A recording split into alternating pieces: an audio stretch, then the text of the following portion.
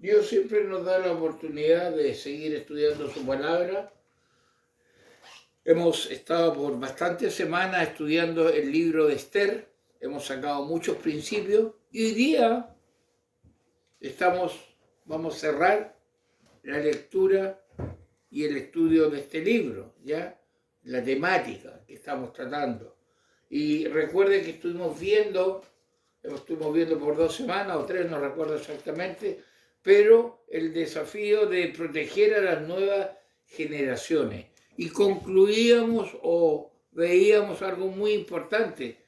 Las nuevas generaciones de cristianos, véase ustedes sus nietos, sobrinos, hijos pequeños, se encontrarán con leyes más hostiles o menos hostiles, dependiendo de la labor bíblica, espiritual, cívica y política que nosotros realicemos. O sea, el deber que tenemos, cómo nos comportamos dentro de la sociedad, qué hacemos va a afectar también a las nuevas generaciones. Y nos hacíamos una pregunta, porque veíamos la semana pasada que hay gente que dice, no, aquí no se habla ni de política ni de religión. ¿Ya? No hay que meterse en política porque nadie se coloca de acuerdo, son puras peleas. ¿Ya? En religión, no, si todos los caminos llevan al cielo, lo estamos viendo. En política da lo mismo, son todos corruptos y empieza toda esa filosofía. Bueno, recordamos algo que dijo Spurgeon, un predicador, que dijo lo siguiente: solo los tontos creen que política y religión no se discuten.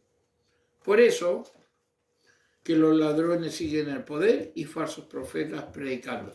Como no se toca el tema, como el cristiano dice, no, la iglesia, la casa, la iglesia, la convención, el compartir, nada más, y de pura música cristiana, todo cristiano, canal cristiano, todo cristiano. Por eso hay falsos profetas, por eso hay ladrones en el poder, porque no hay un involucramiento adecuado dentro de la esfera que Dios nos muestra. Recordemos un poquito, porque estamos haciendo un recorrido en la Biblia, si realmente el cristiano debe estar involucrado en política. Recordemos que política es servir al otro, ¿ah? Es un servicio. ¿Ya? Entonces, estuvimos viendo la semana pasada que Dios le dio una orden a su pueblo de organizarse. Y lo veíamos en el caso de Moisés. ¿Ya? Moisés nombró líderes. ¿Por qué? Porque él estaba haciendo toda la labor y había descuidado a su familia y todo. De repente llega el suegro con su esposa e hijo y le dice que, oye, tienes que nombrar a otros líderes. No puedes hacer tú esas cosas sola. Hay un movimiento en cuanto a la estrategia de no hacer todo solo.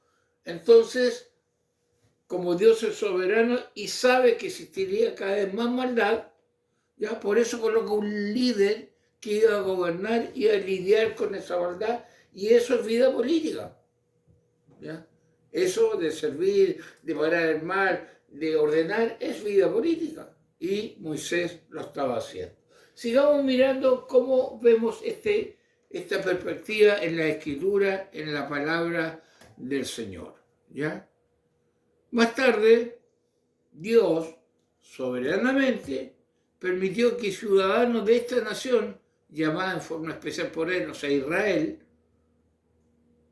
lo llamó para qué, para ser su pueblo, tuvieran influencia política en otras naciones paganas. ¿Cómo, pastor? ¿Dónde? Sí, recordemos que José fue segundo después de Faraón y José era el pueblo escogido.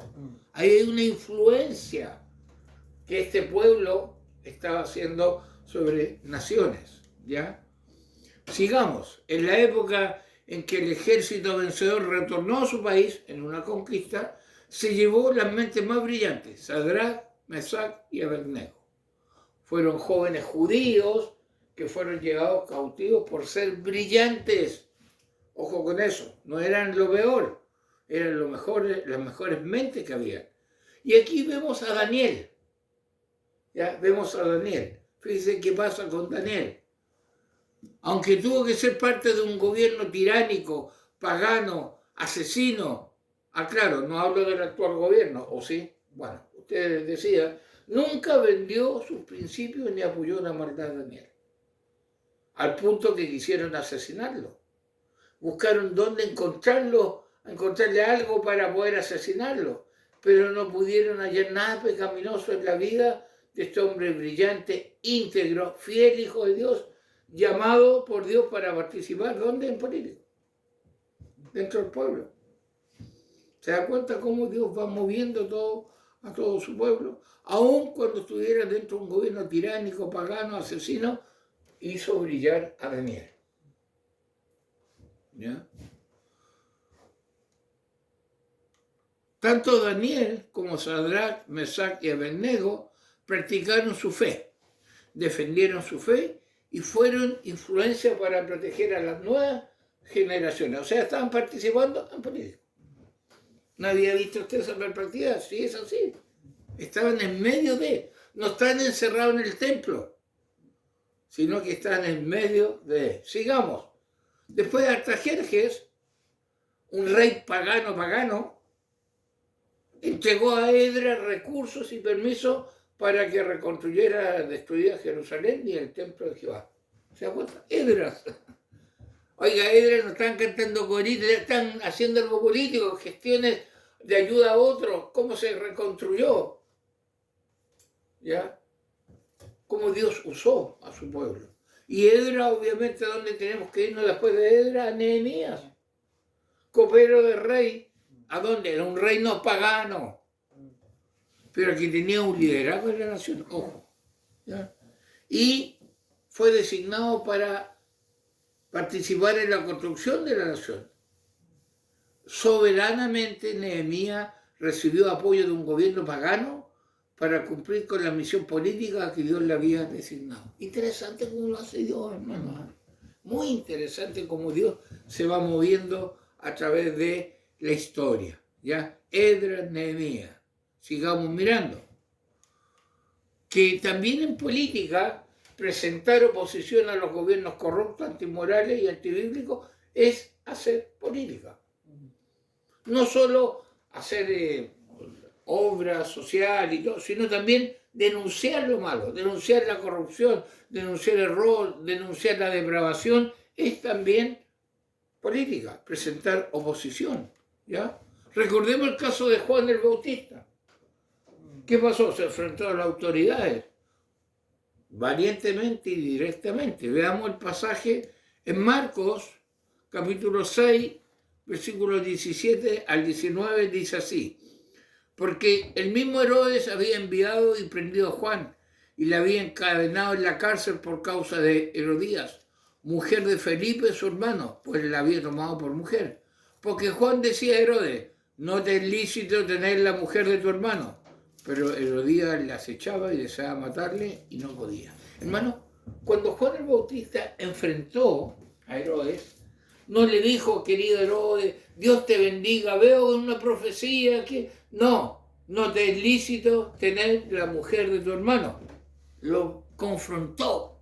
Hermano, eso es lo que hace falta hoy en día. Ven a un político y le rinden pleitesía, que el político sea lo más corrupto, degenerado y ladrón que puede existir. Se le rinde pleitesía porque tiene un puesto. Hay que respetar, sí, pero hay que confrontarlo. Disculpe, señor diputado, disculpe, señor senador, disculpe, usted es un corrupto, usted está yendo contra los principios bíblicos, usted está de acuerdo con el aborto, con el asesinato, usted es un asesino y Dios le va a pedir cuenta. Eso es presentar oposición a lo malo. Cuando se nos dé la oportunidad. No nos está mandando Dios a quemar la municipalidad ni a tirarle piedras. No.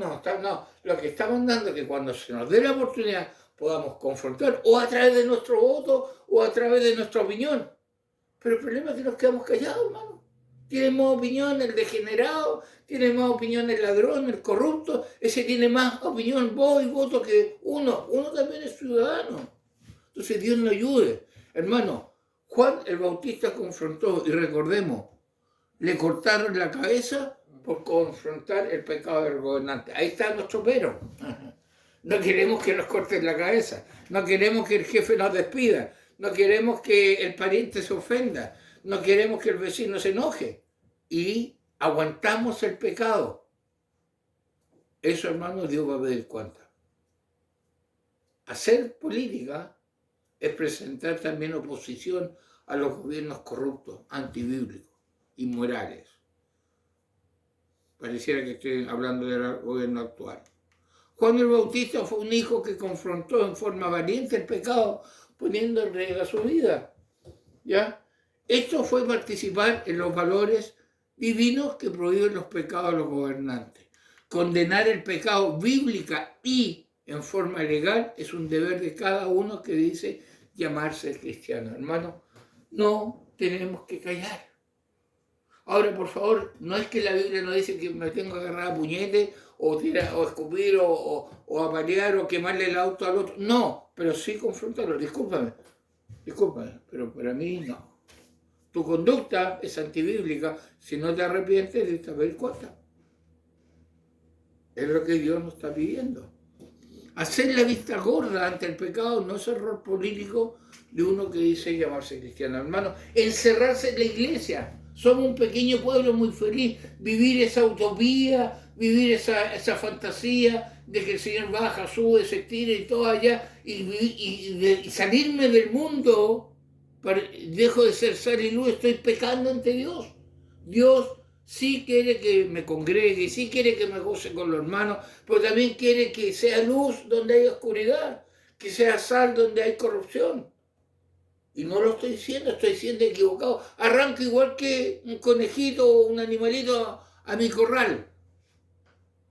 Hermano, Dios no va a ver cuenta. Cada cristiano tiene un deber ante la sociedad. Cada cristiano tiene un deber ante la sociedad. Por eso estás en medio de la sociedad, hermano. Tú no estás aislado, no vives aislado. Tienes un trabajo, tienes un jefe, tienes deberes cívicos que tienes que realizar. A lo mejor eres apoderado, a lo mejor pero tienes que mostrar quién eres, ¿ya? Y eso es algo que a veces nosotros olvidamos, ¿ya? ¿Por qué, hermano? Porque hay algo importante. Y Dios soberanamente ya ha hecho que toque este punto, y yo creo que más adelante lo voy a volver a tocar, que votar es también participar en política. Algunos dicen, no, ¿para qué voy a votar si Dios ya tiene todo decretado? Y no, es verdad, pero para mí tiene una labor, para mi vida tiene una responsabilidad Dios. Debemos votar como Dios ordena, para que nuestra participación sea como la de Daniel, como la de Pablo, ¿ya? Que sea bíblica, que condene el pecado de los gobernantes tiranos, que no pueden ser elegidos. Por lo menos de mi parte yo no doy mi voto o hago la decisión que tomo a ese político corrupto, degenerado, ladrón, progresista, antibíblico, antiético, no le doy mi voto. Y eso es una forma de cumplir ante Dios, ¿ya? En un acto de democracia podemos remover o no elegir a los anticristianos que odian los valores bíblicos y prometen destruirlos. ¿Podemos? Usted dirá, pero pastor, Dios ya tiene... Sí. Dios ya lo tiene. Es decir, no, pero a ti te tiene la labor de cumplir una responsabilidad, votar. Marcar una diferencia, ¿ya?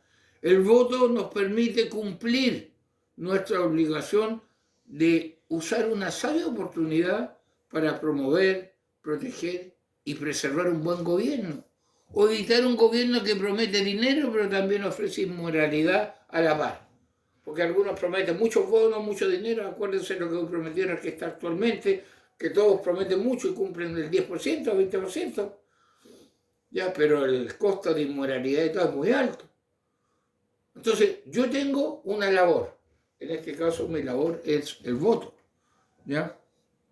En nuestro caso, hay países que no lo tienen, ¿ya? Ahora, dejar pasar esa oportunidad significa permitirle a aquellos que denigran el nombre de Cristo que se abran camino en nuestras vidas y cumplan su agenda en la sociedad. Ni Esther ni Mardoqueo permitieron la agenda destructiva de los enemigos del pueblo de Dios.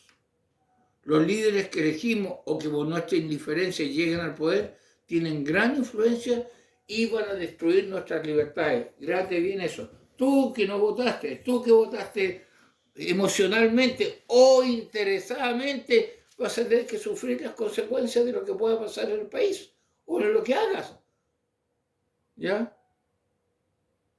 Es que, pastor, mi voto iba a cambiar lo que Dios tenía designado. No, pero sí te hace más o menos responsable ante lo que está sucediendo.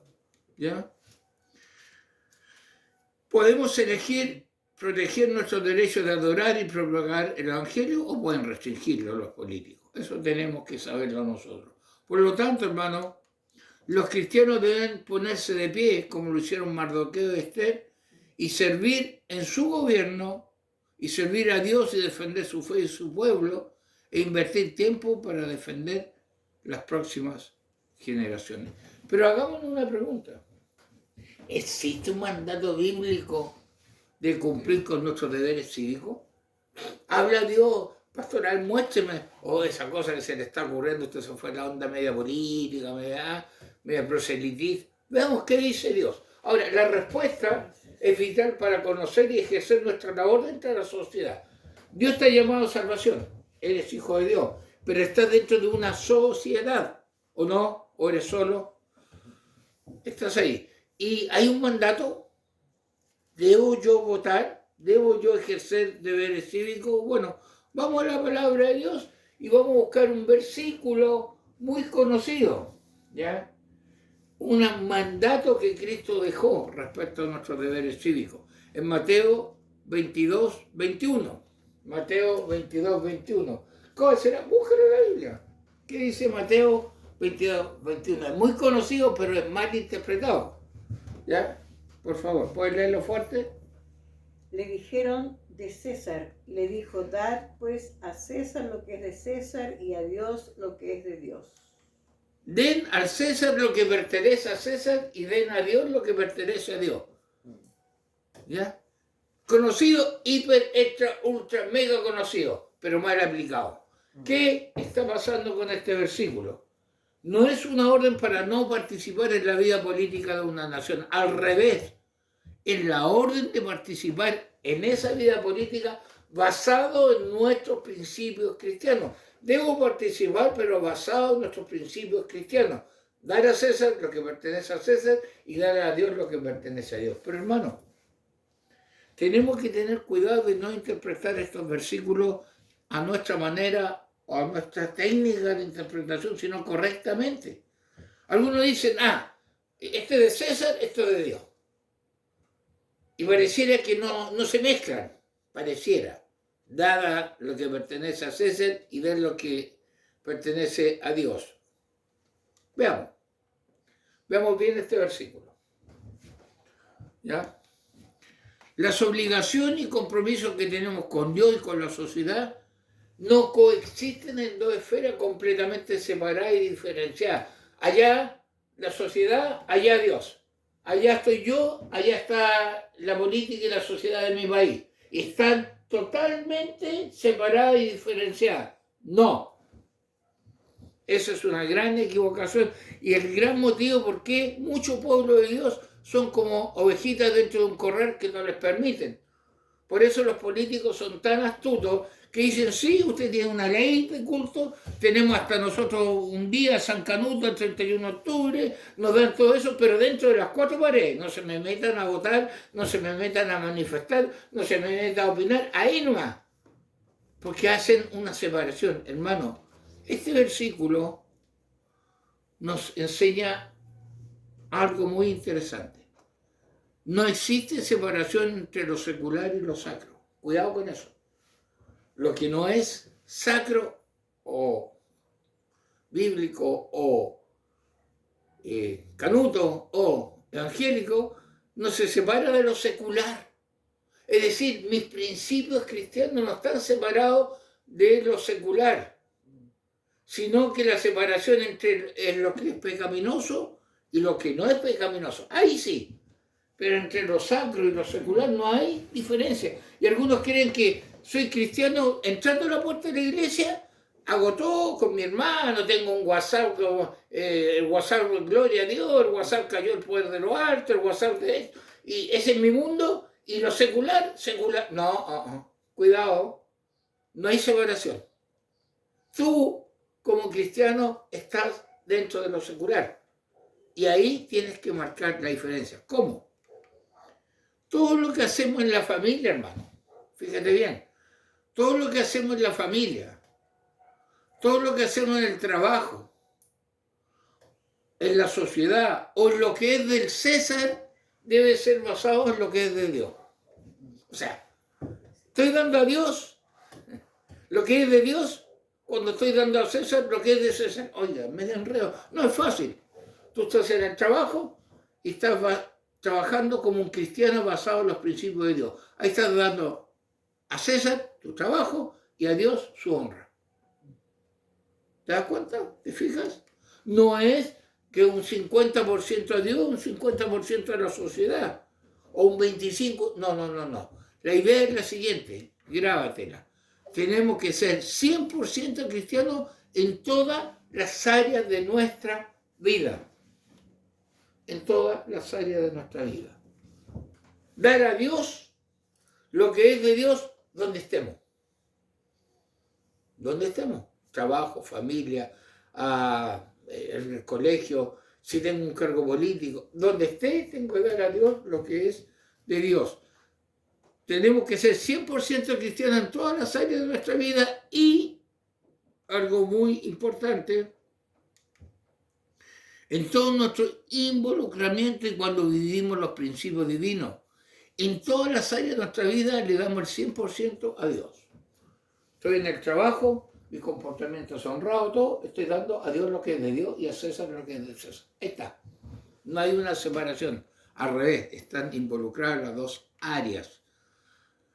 Hermano, algo importante, cuando nos encerramos a adorar a Dios, cuando estamos relacionándonos con el Dios que nos envía al mundo y recibimos las instrucciones para ser santos, para ser luz, para ser sal, ¿para qué las recibimos? Para aplicarlas en el mundo laboral, social y político. Para eso. ¿Usted cree que recibimos estas instrucciones para vivir dentro de las cuatro paredes de la iglesia? No, hermano. Donde Dios nos tiene. Y Dios tiene cristianos en el momento, en el lugar menos pensado. Tiene a cristianos ahí por su trabajo, por diferentes circunstancias. Y ahí tienen que estar siendo efectivos. Tienen que estar dando a Dios lo que es de Dios y a César lo que es de César. En forma mezclada, en forma influenciando a César, dando lo que es de Dios. Den al César lo que pertenece al César y den a Dios lo que pertenece a Dios.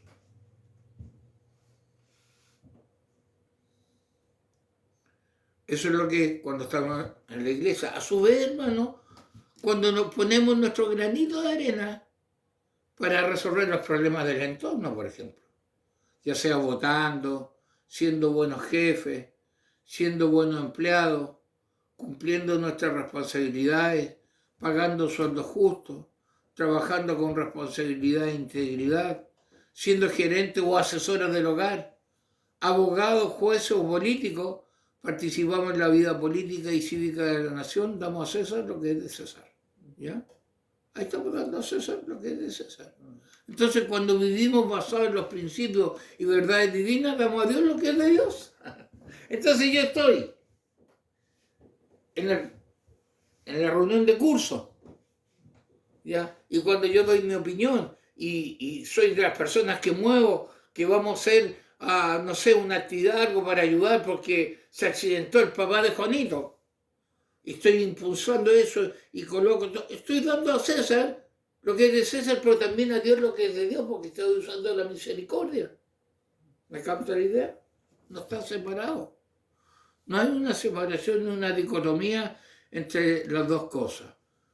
Un autor decía, con su presencia en las urnas, al instruir a sus hijos sobre por quién votar o no votar, todo ciudadano participa en la vida política de una nación, sea que lo quiera o no, que lo acepte o no y que tenga o no la intención de hacerla. Hermanos, recordemos que Pablo tuvo que enfrentar a los gobernantes que lo veían a él como una amenaza. No solo por la fe, sino por sus nuevas ideas. La nueva ética que había adquirido y que iba en contra de las ideas políticas de su época. Pablo tuvo muchos problemas en esa área. Sus cartas a los Corintios revelan el encuentro con un político y lo que éste hacía para perseguirlo debido a sus creencias. Recordemos esta parte que es muy interesante. A veces nos olvidamos, hermano. Usted dirá, ¿cuál parte? ¿A dónde? ¿Sí? ¿Se acuerda? Vamos a Hechos, capítulo 24, especialmente los versículos 24 al 27. Busque Hechos, capítulo 24, versículos... O sea, sí, capítulo 24, versículos 24 al 27. Este es el capítulo que vamos a ver. ¿De quién vamos a hablar? Del famoso Félix. Había sido gobernador por 6 años, tenía información de los creyentes y cómo operaban. Pues sin duda este era un tema de conversación entre los líderes romanos, siempre temerosos de alguna revuelta. Oye, ¿subiste tú? Sí, hay muchos cristianos. ¿Y se acuerdan de ese Saulo? Sí, ahora está... Había una preocupación, ¿ya? Hermano, algo importante, algo interesante. Aunque habían demostrado que no tenían intención de crear problemas, los cristianos, los políticos de la época vivían en un mundo de sospecha y creían que los cristianos podían rebelarse, incluso que era una secta rebelde entre los judíos. ¿Ah? Se ha dado cuenta que el ladrón cree que todos son ladrones. ¿Ya? Y que el que obra mal cree que todos obran mal. Y Félix era un político abusivo, corrupto, ladrón. Vuelvo a aclararlo, no hablo del gobierno actual, o sí, que intentaba que Pablo se metiera en su sistema. ¿Sabe usted eso? ¿Qué dice Hechos 24, 26? Esperaba también con esto que Pablo le diera dinero para que le soltase, por lo cual muchas veces lo hacía venir y hablaba con él. Oiga, Félix, este corrupto, quería que lo coimearan. Bueno, no sé si Pablo lo hace, yo lo suelto. O sea, estaba tratando que se metiera en su sistema Pablo. Si Pablo cedía, cooperó. ¿Capta la idea o no? ¿Le parece conocido?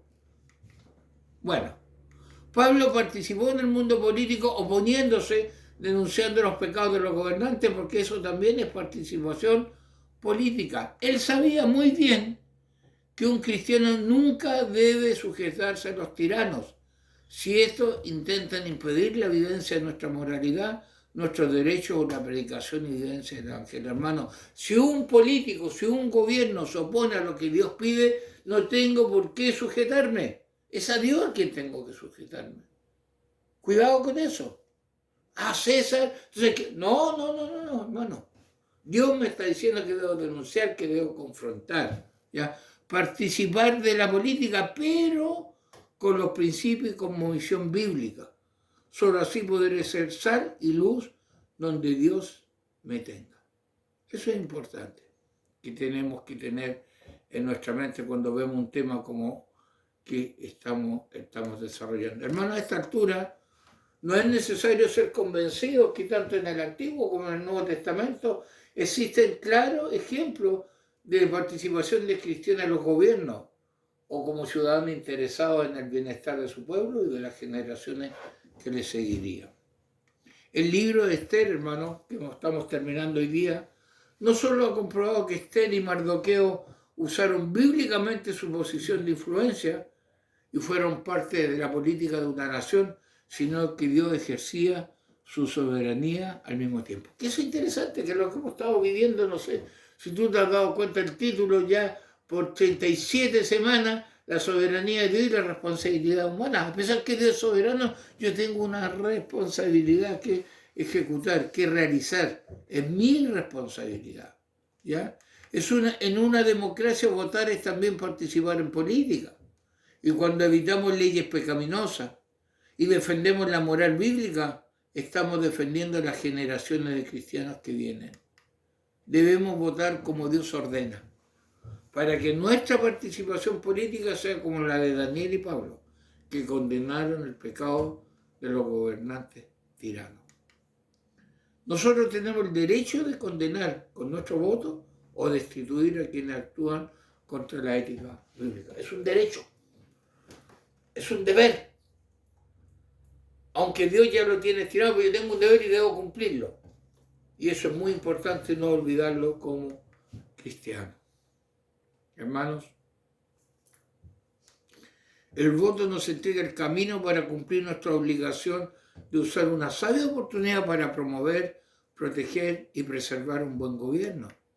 También podemos usarlo para evitar un gobierno que hace promesas para conquistar el voto de los cristianos, pero que en esencia su filosofía de pensamiento es no solo contrario a nuestros valores bíblicos, sino que tiene como meta destruir la ética bíblica para que no tengan ningún acceso a la sociedad. Hermanos, y eso sucedió en Chile. Hubieron candidatos y presidentes que prometieron el cielo y la tierra a los evangélicos. ¡No! Nunca va a haber una ley de aborto, no. Nunca va a haber matrimonio igualitario, no. ¿Y qué hay, hermano?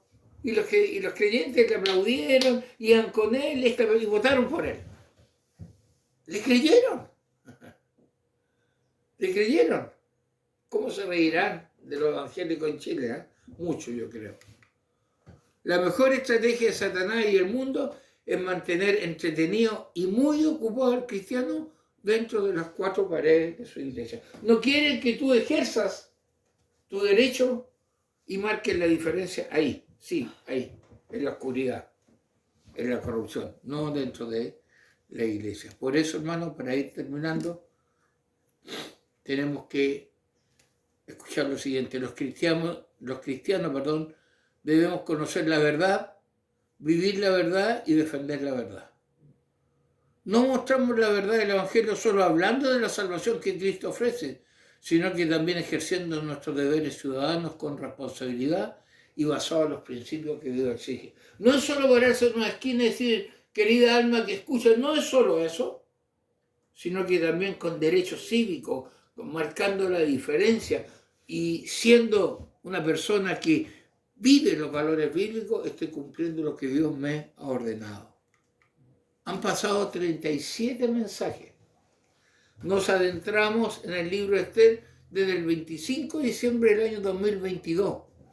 Nuestra temática fue la soberanía de Dios y la responsabilidad humana. Espero que nuestra cosmovisión bíblica sea cada día, o sea, esos lentes que usamos, mirando lo que sucede alrededor, espero que sea cada día más bíblica.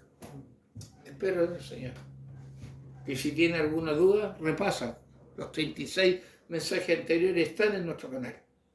Pero vive, cumple, deja de ser engañado que ser cristiano solamente estar de rodillas. Si es necesario estar de rodillas, sí, pero también es necesario a veces ejercer nuestra influencia con un lápiz y un papel.